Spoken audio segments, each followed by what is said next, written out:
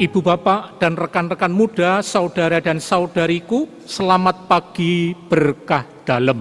Selamat pagi berkah dalam. Kepada Anda semua yang hadir di gereja ini, maupun yang tidak bisa hadir di gereja dan mengikuti perayaan Ekaristi secara live streaming, saya ucapkan selamat Natal dan hari ini selamat Pesta Keluarga Kudus, Yesus, Maria, dan Yosef. Kita bersyukur atas teladan keluarga kudus ini, dan kita akan meneladaninya dalam kehidupan keluarga kita, membawa keluarga kita semakin dekat dengan Tuhan. Mari kita siapkan hati untuk perayaan Ekaristi ini, dan kita sejenak meneliti batin, mohon karunia pengampunan, agar Tuhan sendiri menjadikan kita layak ambil bagian dalam perjamuannya. Marilah berdoa. Ya Bapa, Engkau berkenan memberikan kepada kami keluarga kudus sebagai teladan yang unggul.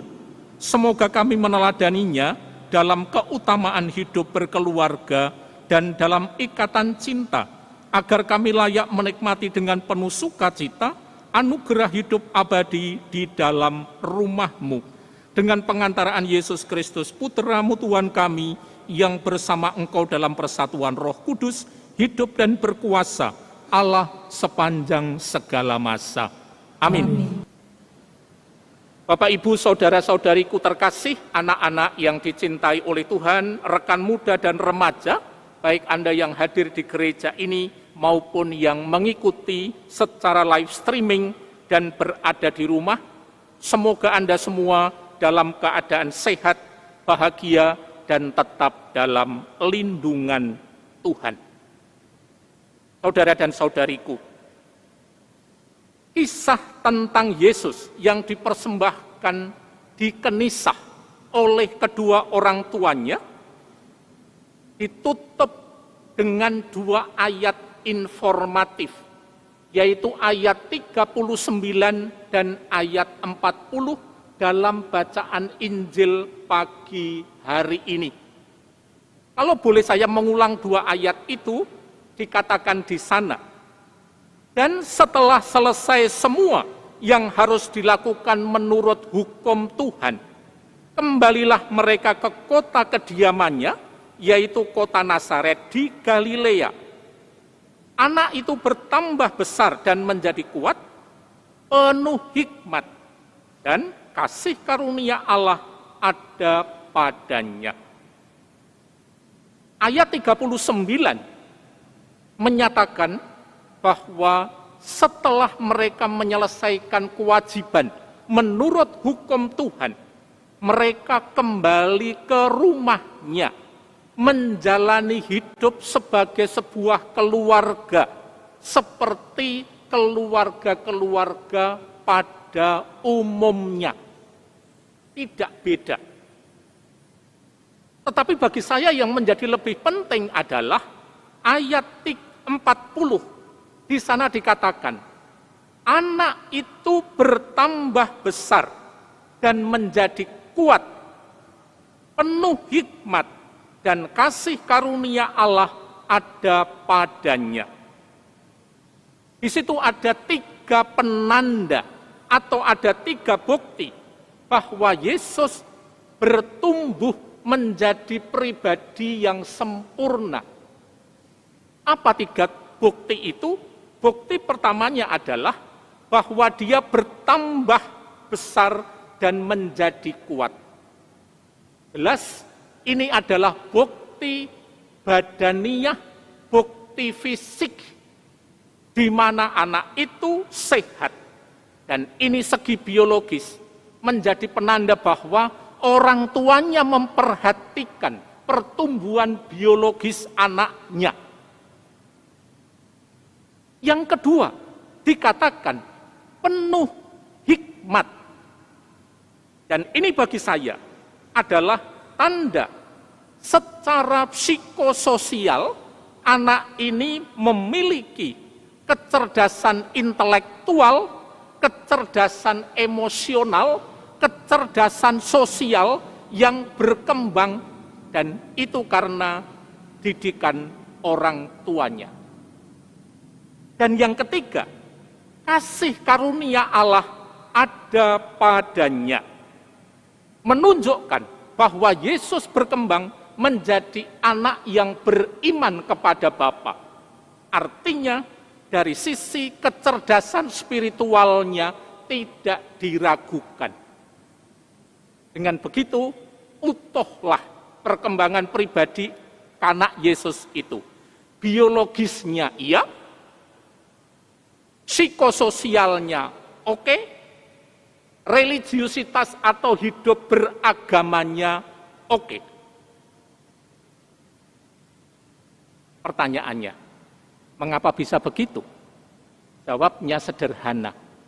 Karena Bunda Maria dan Santo Yosef benar-benar bertanggung jawab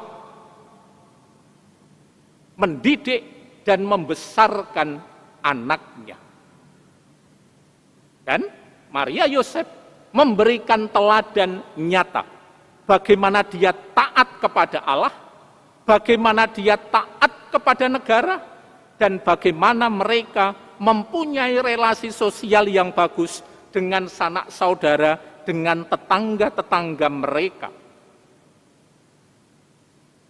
Nah, kalau hari ini kita bersama-sama merayakan pesta keluarga kudus, kita tidak hanya diajak untuk memandang keluarga kudus yang nun jauh di sana, yang ideal, tetapi kita diajak untuk membawa dan menghadirkan keluarga kudus itu di dalam keluarga kita masing-masing.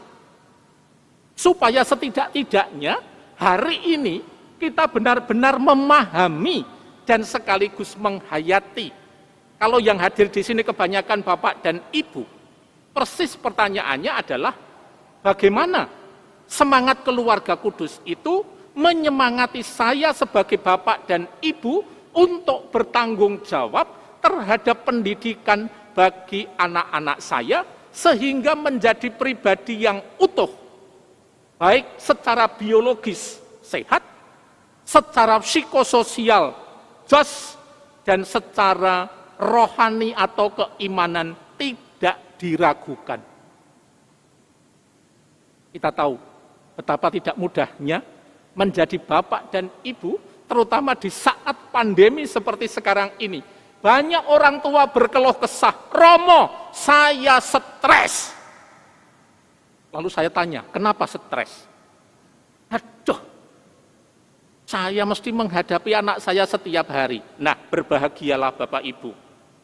Karena biasanya Anda melempar tanggung jawab itu kepada para guru di sekolah Anda. Sekarang Anda harus menghadapinya sendiri. Betapa tidak mudah. Dan Anda bisa membayangkan juga, mungkin para guru di sekolah juga stres yang sama, seandainya sekarang sudah boleh sekolah offline. Artinya apa? Di sini memang sangat dibutuhkan yang namanya kerjasama antara orang tua, guru, dan siapapun di tengah masyarakat untuk mendidik dan membesarkan anak-anak kita. Nah, Bapak, Ibu, dan saudara-saudari, suasana kebersamaan itulah yang harus diciptakan di tengah keluarga kita agar anak-anak kita bertumbuh menjadi pribadi yang utuh sempurna. Seperti kanak Yesus tadi yang disebut anak itu bertambah besar dan menjadi kuat, penuh hikmat dan kasih karunia Allah ada padanya. Ingat, bacaan pertama pagi hari ini menegaskan, anak adalah ahli waris. Dan saya mengatakan, selain ahli waris, anak adalah ahli waris dan penerus generasi. Maka, kalau anak adalah ahli waris dan penerus generasi, kembali kita bisa bertanya, apa yang akan kita wariskan kepada anak-anak kita?